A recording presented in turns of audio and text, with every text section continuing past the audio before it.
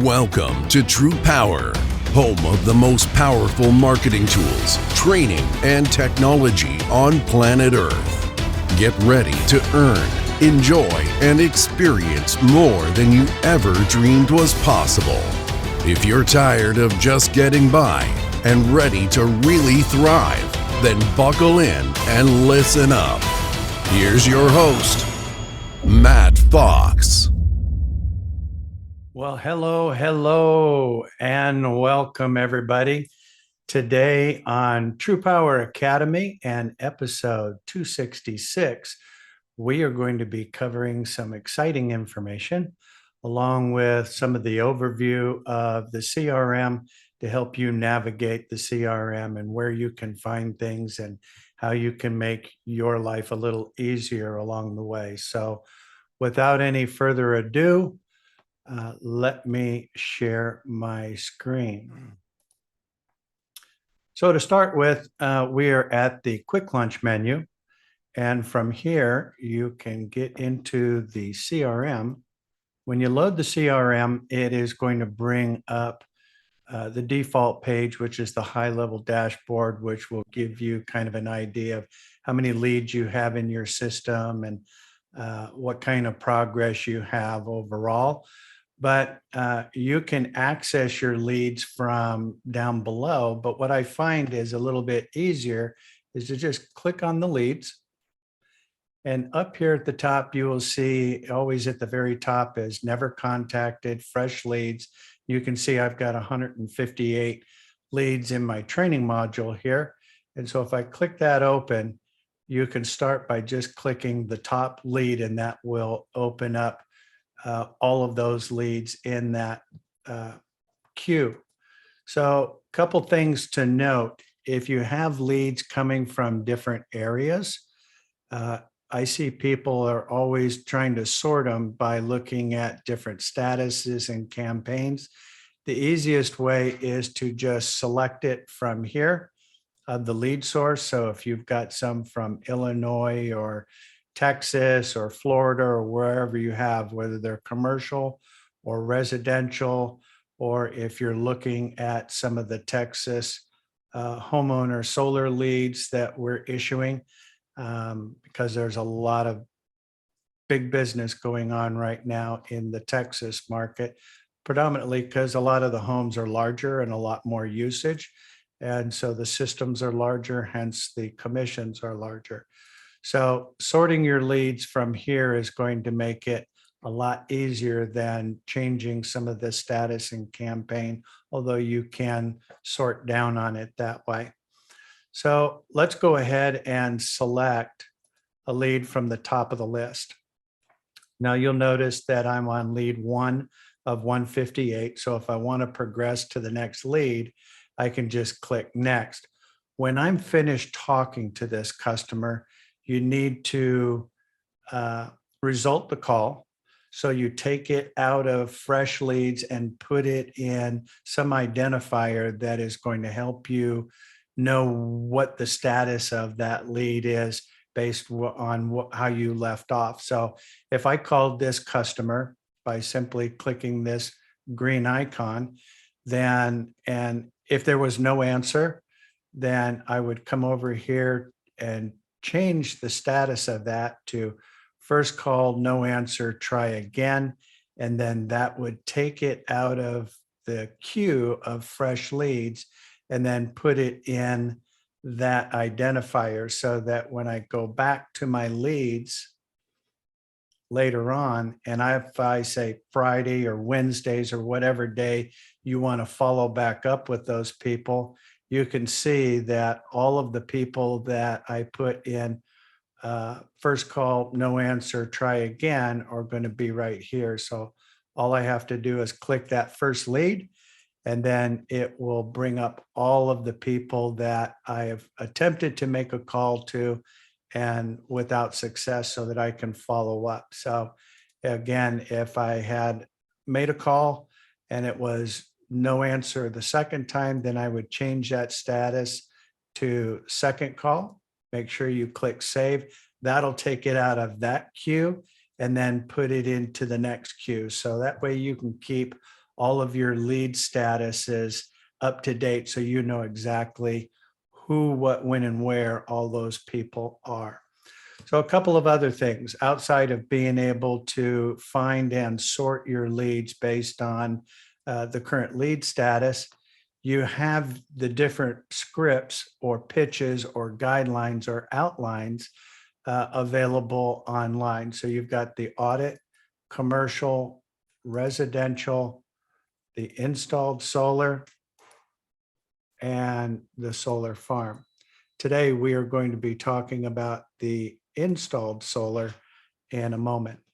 So let me go and pull up a lead that has an email in it.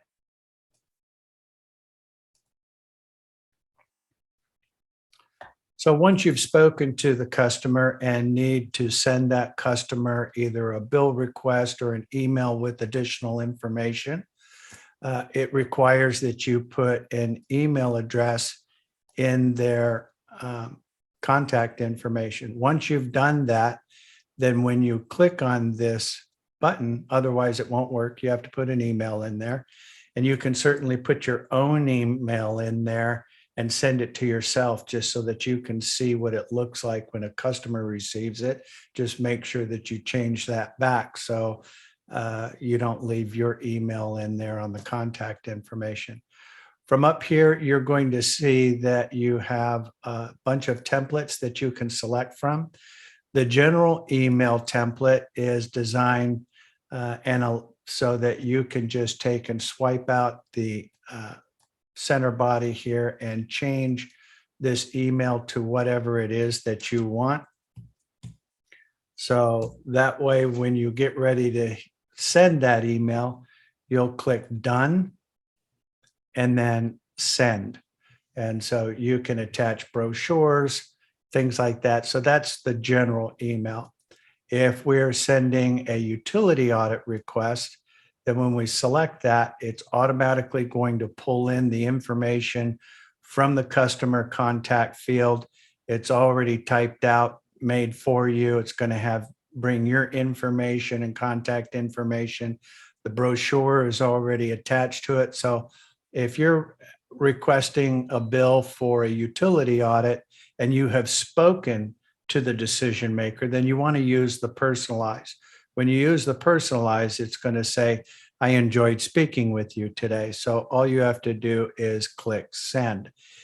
If you happen to speak to, let's say, the contact's personal assistant, and you're sending it to them, then you're going to want to use the template that says referred by somebody, because it's going to say that you were referred to them by somebody that handles the business, controlling the cost of the business. So we just want to make sure that you use the right template. So you don't want to send the personalized email if their personal assistant gave you their email, because it'll say, I enjoyed speaking with you today. And you're going to be like, I don't know what you're talking about. I've never talked to you before. So just be mindful of which template and email that you have. You have a second utility audit request reminder. And third, sometimes people get busy. They forget to respond and reply so that you can follow up with those customers. The utility bill request for installed solar and some of these other templates we're going to be covering here in just a moment. So that is where you find all of the templated emails. And again, it does require that you have an email address in the contact information. Another thing, when you make a call,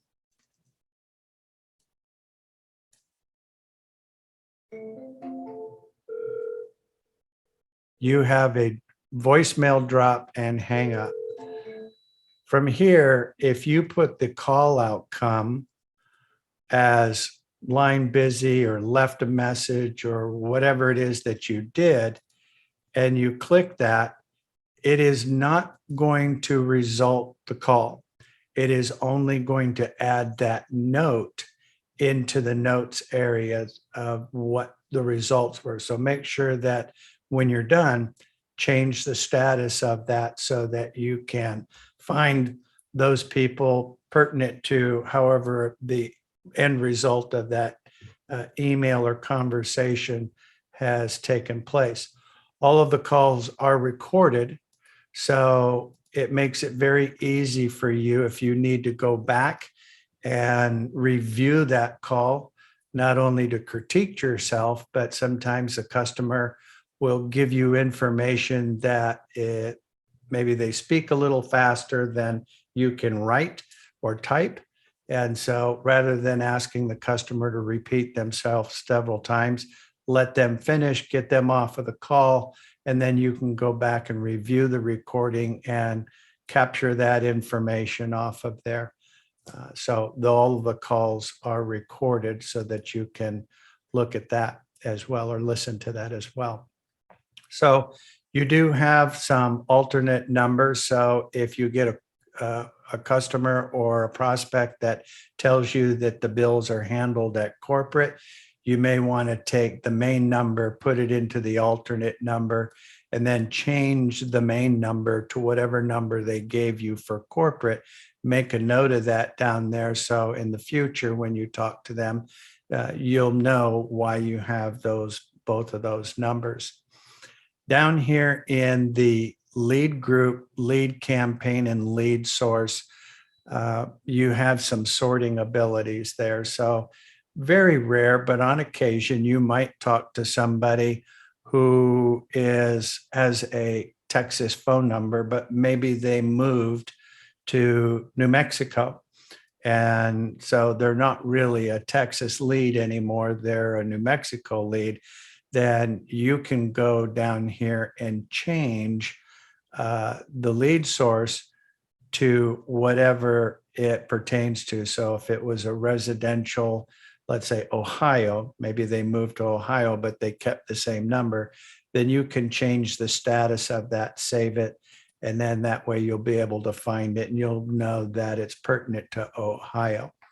Also, if you need to follow up with those customers, you can add a task or add an appointment. So if I need to get a hold of this customer, and let's say I need to talk to them next Wednesday on the 31st, I can set the date and time and then put any notes that are pertinent to that call and click add.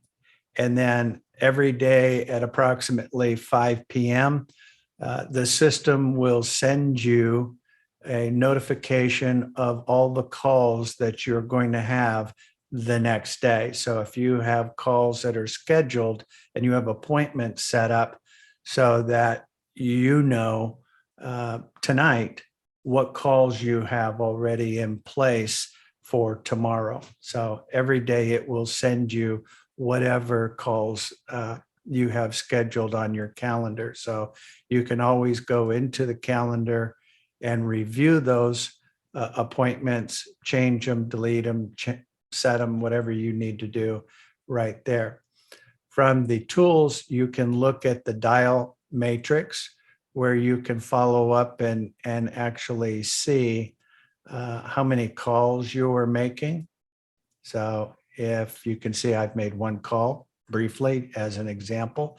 So you can kind of see how many dials you're making, how many voicemail drops, how many contacts, how much time you've been on the phone, just to kind of keep yourself on point there as well.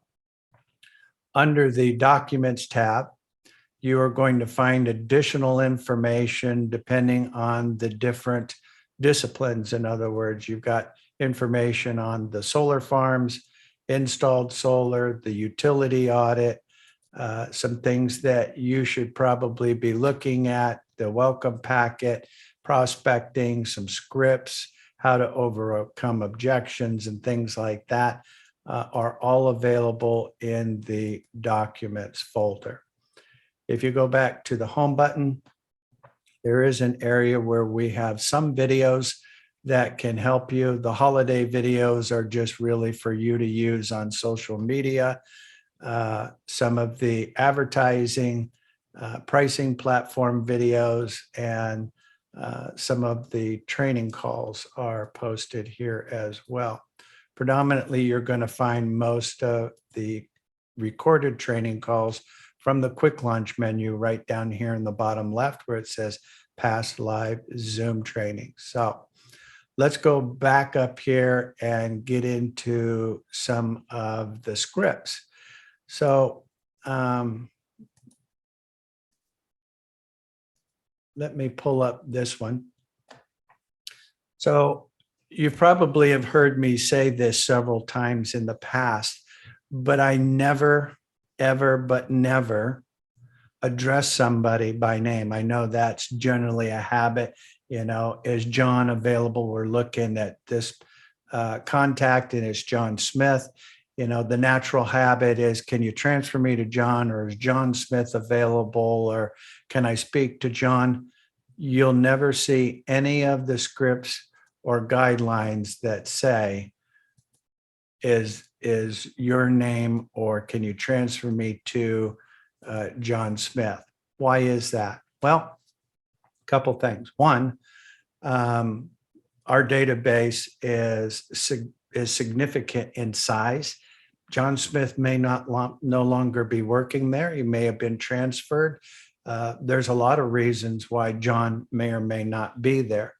So if I'm going to ask and use their name, then I'm going to use it a little bit different. In other words, if I'm talking to a commercial customer and I'm asking to be transferred to accounts receivable, pause, or whoever handles the electric account, pause.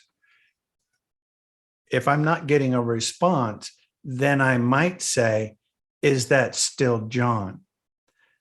Now, I didn't say that I spoke to John, but it makes the gatekeeper feel that I've spoken to John. Now, whether John is there or not, I know John. I know John's name. So is that still John Smith alludes that we already have a relationship. I'm not saying that. But if John is no longer there, the gatekeeper or whoever answers the phone can direct you to say, no, John retired or John moved to a different department. Oh, that's fantastic. Who took his place? So then you can update this information with the person that you need to talk to. So it's really important that you don't spend a lot of time just asking for, is John Smith available? Because if they're not there, then you got to get into that rhetoric. Well, who are you trying to find? What is it that you want? And you've blown it. So rather than getting past that, now with the audit and the commercial script, I tend to use the accounts receivable access in order to get past the gatekeeper. And why would I do that? Actually, accounts payable is the one that pays the bills. So they would be the one that you would think that we would talk to. But if you're calling a company and you ask for accounts payable, what do they think? They're thinking they owe you money. That's why you're asking for accounts payable. So they're going to want to know who you are, what's this about, what do we owe you, and all of these things. Well, you're not going to lie to them. And so then you're going to get rifled off to somewhere you probably are not going to want to be. But by asking for accounts receivable bypasses the gatekeeper, because that's income coming in. They don't ask questions. They answer that phone. Accounts payable, 9 times out of 10, they're not going to answer that phone anyway, because they would much rather you leave a message and then them go look, see why they didn't send you a check or make the payment and come up with an excuse. When you ask for accounts receivable, then they put you right through. They're usually people that have a lower tenure. They don't have check writing abilities, and they're not taught to be gatekeepers. So when I get a hold of that person, Mary answers the phone. Hi, Mary. This is Matt Fox with TruPowur and the State Energy Choice Program. I'm going to take away the fact that she doesn't know who I am by simply saying, I don't recall having spoken to you in the past. Are you new there? Now that's a little deflection, but it's true because we've never spoke, right? It doesn't matter what the answer is, whether they've been there 8 minutes or 80 years or 8 seconds. Not a problem. The reason for my call is I'm working on a report for the owner. Need to ask a couple of quick questions to complete my report. Can you advise me or help me? So both with the utility audit and going in for the commercial contract, I would say that that is probably the easiest route to get past a gatekeeper if you can tell it's a gatekeeper. And you usually can tell by the way that they answer the phone. So again, not using their first name, but I might use their first name when I get over there by just saying, is that still John Smith? So I hope that makes sense to everybody. So let's move on to the residential script. Now, when you're talking to a homeowner, you've got very little time to capture their attention. And if you are using the request form, which is right here to request your leads, and you're using the market updates, which is the analytics to tell you where you should be focusing, it's going to access the database. And so right now for commercial electricity, these are the states that you should be focusing on for commercial natural gas, and then residential electric and natural gas. So these are the states that you should be focusing on when you're doing supplier side electric and natural gas. So if I'm talking to somebody in Illinois, I know that my chances are that I'm going to be able to provide them a much better opportunity on their utility rate than, say, just randomly calling anybody anywhere. It is not a good time to talk to just anyone at any time in any place. So we always want to make sure that we're focusing on areas where we can provide the customer the greatest amount of value and the greatest amount of impact. The greater the impact, the easier the yes, the more revenue you make. So outside of a quick introduction, the basic pitch, script, idea, outline is very simple. Grab a copy of your electric bill, and if the rate on your bill is lower than what I have to offer, then our company will give you $500 in restaurant cash. If our rate is better than what you're currently paying, we'd like for you to take advantage of it and save some money. But either way, you win. So is that person going to tell you to kick rocks or go get their electric bill? They have nothing to lose. And so this is going to be your easiest route going in. And again, I'm not asking them by name. I don't really care what their name is until I start going into the pricing platform and adding their information when I start looking at the rate. And the way I would do that is to ask them, how is your name spelt on the bill?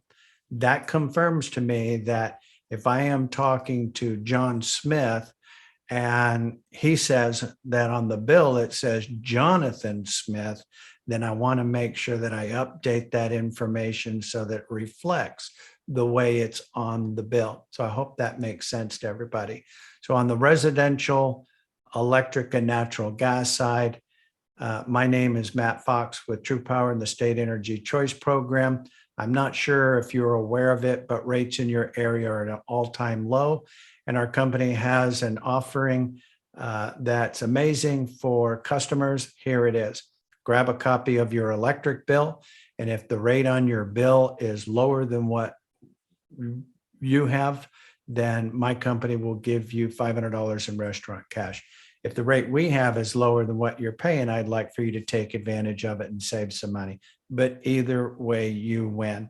So if that customer does have a higher rate, then simply go into your residential pricing platform and start to enter that information in there. So the other side is that, if you're calling on a specific area, like say, for example, if I know that I'm calling Illinois customers, then it's very simple for me to go in here, make sure you have your sales code added in there, but then just put a zip code from Illinois, which is going to be the ComEd utility, not the supplier. And I already know that the best rate I'm going to see today is 8.39. So as I'm talking to people in Illinois, and if I'm doing residential, as long as they've got a rate above 8.39, I know I can save them money. So it makes your process a lot smoother and easier as well. Hopefully that makes sense. So the solar install, which is a huge, huge benefit to a lot of people. We've got a lot of agents and brokers, consultants that are making huge amounts of money, helping people with energy independence through solar. But a lot of times I think that you find people that are trying to pitch people on the initial discovery call, and you will not win. You have to set the appointment and you have to do the discovery call. So how do we do that effectively and get the traction that we need? So outside of good morning or afternoon or good evening, my name is Matt Fox. Hey, thank you for taking my call. Just so you know, this is not a sales call. The reason for my call is simply to see if anyone from the utility company has been in contact with you about ways to reduce what you're paying on your electric before the next rate increase goes into effect. So you have urgency and you have their pain point, because most people are going to be like, what, another increase? I mean, my electric's already gone up 100%, 200%, 400%, whatever it is. So you want to focus on those pain points, right? And it doesn't matter whether the customer says yes or no. As I said, I'm not here to sell you anything, but I can send you some information on what you can do to help protect you from further rate increases. What is the best email address to use? Once they give you that email address, put it in their contact information, and then simply I'll send you some important information and next steps to protect yourself from future rate hikes. And then follow up with, are they a homeowner or a renter? If you're calling the Texas homeowner solar leads, then they should be homeowners. However, it's possible that they could be a renter. Maybe they sold the home and somebody else is there, what have you. So we want to make sure that we know that they are a homeowner. If they are a homeowner, then we would send them the first utility bill request for installed solar, personalized, right, from the templated emails. If they are a renter, then we would want to send the first autopilot bill reduction request residential. So this way, if they're a renter, we're sending them the bill reduction services. If they are a homeowner, we're going to send them the solar information. And we're going to be adding some extra brochures and things like that to the templated emails to make that process a little smoother and easier for you. But at this point, we don't want to try and answer questions. We don't want to try and sell those individuals. We want to just simply set that appointment and get some information into their hands. So once you've sent the email, then really it's all about a follow-up call to answer any questions. And then what you want to do is make sure that you schedule that time. And I always find that it's much easier to schedule those appointments by giving them two choices. If you say, I have time at 10 o'clock and that is no good, then it's a yes, no answer versus I have a slot available at 10 a.m. and I've got one at 2 p.m., which is better for you, 10 or 2. Then that's a choice between one or the other rather than a yes or no, right? So hopefully that makes sense. So it's vitally important, again, this, whether you are door knocking or making calls, this is the simplest, easiest way to set that appointment, to see if anyone from the utility company has been in contact with them about ways to reduce what they're paying on their electric before the next rate increase goes into effect. Now, that feels like urgency. They're not going to want more increases. When's it going to happen? I don't know. I'm just following up to find out if somebody from the utility company has been in contact with you about ways to reduce what you're paying for your electric before the next rate increase goes into effect. Well, what do you have for me? I don't know. I can schedule an appointment for somebody to speak to you further. In the meantime, I'd be more than happy to send you some information. What is the best email? Okay. Now, are you a homeowner or a renter? Perfect. So now you know which email to send to them. And then schedule that appointment on a follow-up call when you get that discovery, because in that email is going to walk them through the process of making sure that we get a copy of that utility bill for a free analysis to ensure that they're not being overpaid.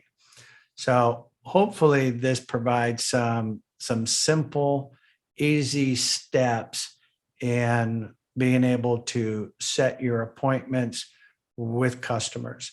So we're going to take a minute here and have a little Q&A, answer some questions. Let's keep it on topic and not get sidetracked. And if you are watching the replay, then obviously you know that we do not record the Q&A session. So if you have questions next time, make sure you enjoy us. Let me go ahead and unmute everybody here today. And so I appreciate everybody being on the call. And as always, you don't have to go home, but you can stay here. So have fun storming the castle. Bye now.